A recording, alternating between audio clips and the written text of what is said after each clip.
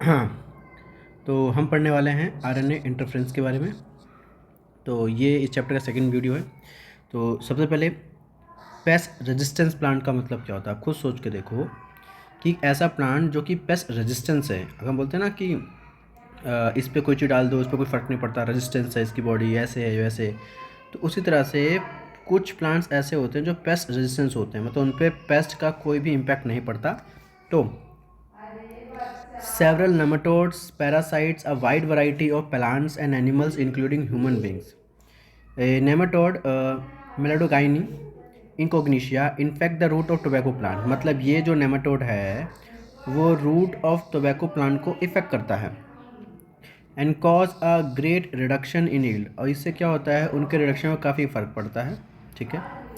A novel strategy was adopted to prevent this infestation, which was based on the process of RNA interference.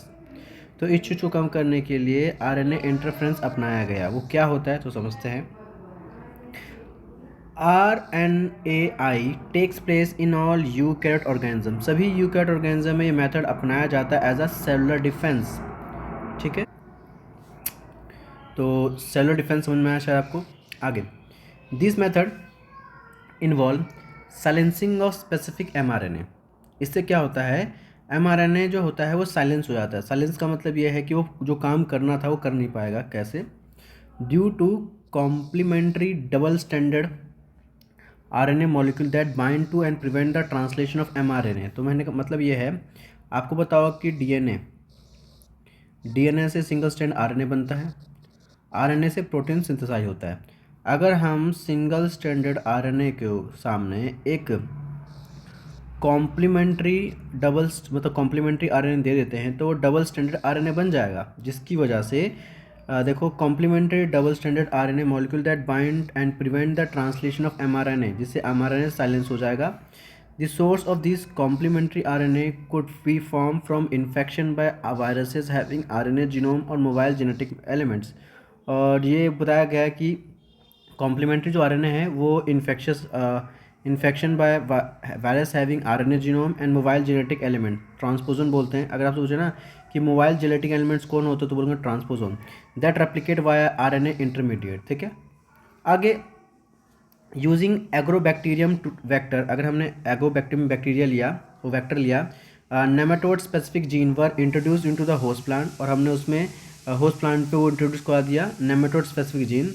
when the introduction of DNA was such that produce both sense and anti sense RNA, मतलब उसमें जाने के बाद वो sense RNA तो बनाएगा साथ में एंटी सेंस आरएनए बनाएगा in the host. These two RNA being complementary to each other, और एक दूसरे कॉम्प्लीमेंट्री होंगे। A double stranded RNA that initiate RNA interference and thus silence the specific mRNA of the nematode. The consequences was that the parasite could not survive in a transgenic host expressing specific interfering RNA. The transgenic plant therefore got itself protected from the parasite. तो ऐसा है कि भाई आपके tobacco plant को कौन affect कर रहा था? अफेक्ट कर रहा था मेलिडोगाइन इनकॉग्निशिया, एक नेमाटोड है।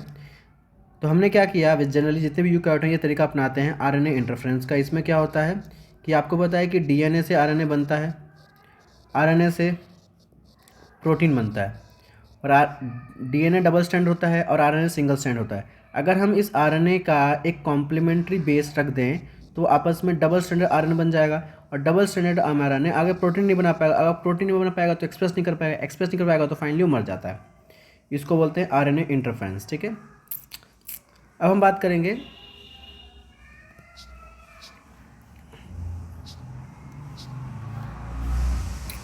Biotechnological applications in medicine. Medicine में बायोटेक्नोलॉजी का क्या क्या एप्लीकेशन है देखो। The recombinant DNA technological process have made immense impact in the area of healthcare by enabling the mass production of safe and more effective therapeutic drug।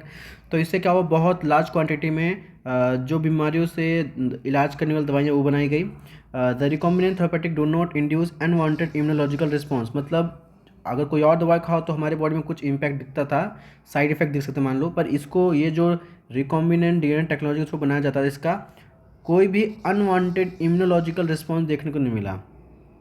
In case of similar product isolated from non-human sources, at present about 30 recombinant therapeutic have been approve for human use, मतलब 30 से ज़्यादा दवाइयाँ बना चुके हैं जो human use के लिए हैं वर्ल्ड वाइड, ठीक है। अब इंडिया में 12 of these are presently marketed, India में 12 ये मार्केट हो रही हैं, मतलब लोग यूज़ कर रहे हैं 30 में से 12 प्रोडक्ट, ठीक है। उसमें से एक है ह्यूमन जो इंसुलिन पड़ेंगे, ठीक है ना। आगे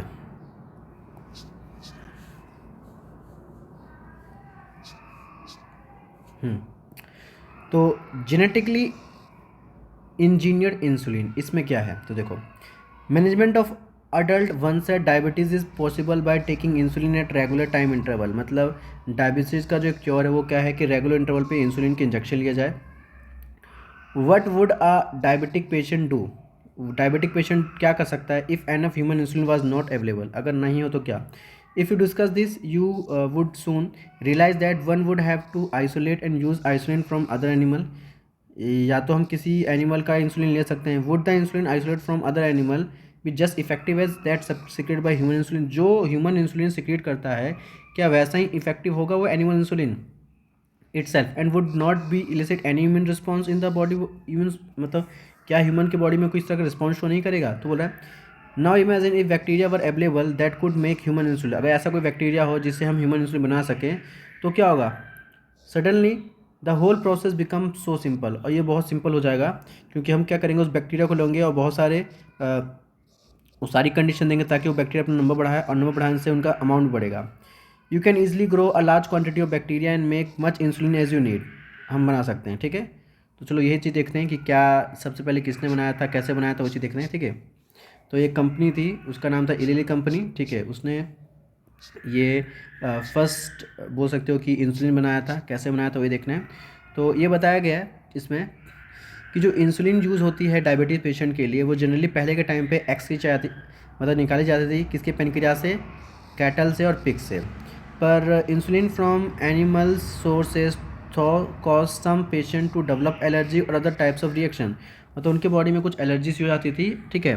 क्योंकि कोई बाहर का प्रोटीन जब भी बॉडी में आएगा तो हमारी बॉडी उसके अगेंस्ट एंटीबॉडी बनाएगी और कुछ एलर्जी देखने को मिलती थी।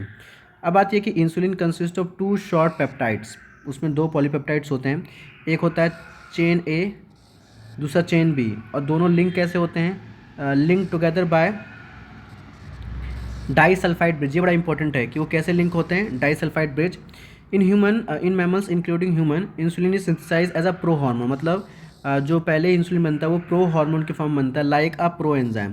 The pro hormone also need to be process, उस जो प्रो हार्मोन को प्रोसेस किया जाता है एंड मैच्योर किया जाता है तो become fully mature and functional hormone. जो आपका प्रो इंसुलिन होता है उसमें ना सी पेप्टाइड भी प्रेजेंट होता है। जनरली जो मैच्योर इंसुलिन होता है उसमें सिर्फ और सिर्फ ए एंड बी पाया जाता है, इसमें सी एक्स्ट्रा होता है। तो ना चला है this C peptide is not present in the mature insulin and is remove during maturation, और मैचुरेशन का टाइम पे सी पेप्टाइड को निकाल दिया जाता है। The main challenge for the production of insulin using RDN technology was getting insulin assemble into a mature form. तो हमें देखा कि मान लो हमें चेन तो मिल रही है पर हमें उसे मैच्योर फॉर्म बनाना है, तो कैसे क्या हुआ।